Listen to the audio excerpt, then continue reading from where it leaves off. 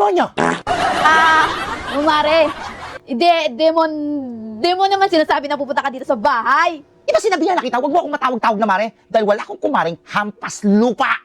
Fine, whatever. Oh, teka Mare, bakit diyan ka nagtatanim ng malunggay sa bakuran ko? Aba! Minsan ganda lang talaga ang babae. Pero bobita. Hala, talaga ba Mare? Maganda ako? Wow. Thank you, Mare.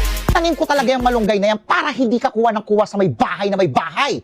Sa baka sa pagtanim ko na yan hindi mo pa madiligan yan. Mare, nagpaalam naman ako Aba! At kanino naman, Aber? Sa puno, Mare. Siya!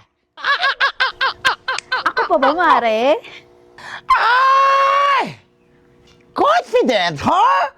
Nagtaas ng ranggo. Dati pokpok lang sa kanto. Ngayon magnanakaw na ang galawan mo. Hoy, binabalaan kita. Babaeng nagpipiling mabuti, putla naman ang kulay, makita-kita pa kita sa bahay na kumukuha ng malunggay, ipapalapa kita sa aso! Tara na aso! Ay, Roberto. Ano matamog na? Puwet ba yan? Ano ba inalmusal mo? Tae? Che!